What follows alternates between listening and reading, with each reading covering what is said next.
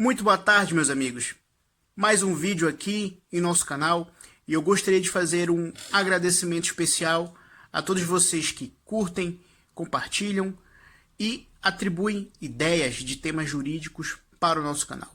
Meu muito obrigado e desde já vos digo que vocês sempre me estimulam a continuar neste projeto. Pois bem, antes de adentrarmos acerca do mérito deste vídeo, é muito importante distinguir o conceito de regras e de princípios.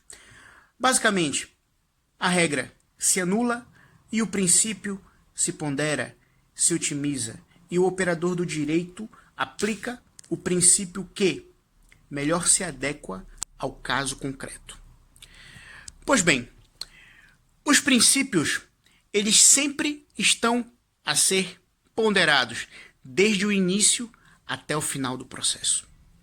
Com efeito, a fase processual que nos interessa é no momento da elaboração da sentença. Na sentença, o magistrado ele fica em conflito entre a aplicação de dois princípios. Quais são? O princípio do indúbio pro réu e o princípio da livre apreciação da prova. Ora bem, o princípio do indúbio pro réu pressupõe que, na dúvida, sempre deve-se absolver o réu, enquanto que o princípio da livre apreciação da prova preconiza que o magistrado ele é livre para apreciar a prova e, com base no entendimento que ele tiver das provas constantes nos autos, ele pode atribuir a sua sentença. Agora, o grande problema disto tudo é quando o magistrado utiliza o princípio da livre apreciação da prova como um instrumento para legitimar arbítrios. Vou dar-lhes um exemplo muito prático. Ora bem, supondo que um determinado processo hajam 10 testemunhas.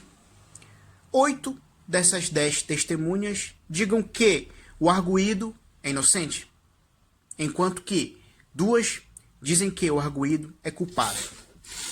E o juiz, munido de uma preconcepção equivocada quanto à culpabilidade do arguido, vai e o condena com base então somente nessas 2 testemunhas e calcado no princípio da livre apreciação da prova.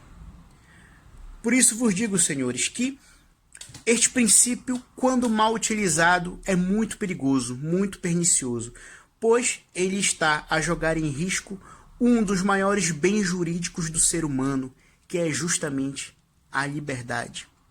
Quantos inocentes tiveram a sua liberdade segregada e, consequentemente, toda a sua vida destruída por conta de uma sentença mal elaborada, por conta de uma sentença que, basicamente, se calcou no princípio da livre apreciação da prova, quando, na verdade, haviam outros elementos de prova que muito bem poderiam elucidar a sua inocência.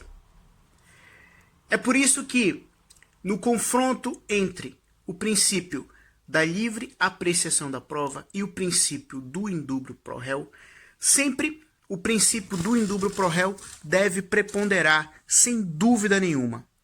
A partir do momento em que o bojo probatório constante nos autos não possa atribuir uma convicção absoluta de que determinado arguido cometeu algum crime, sempre a sua absolvição deve imperar.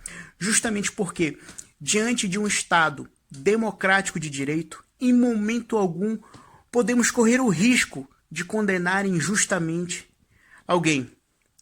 É por isso que a jurisprudência deve estar bastante assente nesse sentido, que o limite do princípio da livre apreciação da prova sempre deve ser o princípio do indúbio pro réu, a fim de que possamos coibir que o inocente tenha o seu sagrado direito à liberdade injustamente obstruído.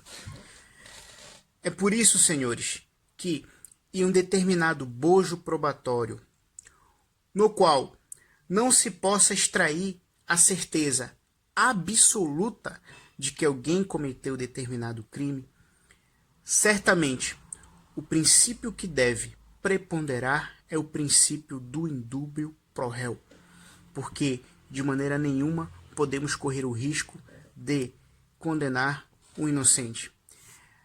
Agradeço-vos pela vossa atenção, espero que possam curtir e compartilhar este vídeo e muito obrigado por tudo, que Deus vos abençoe. Grande abraço.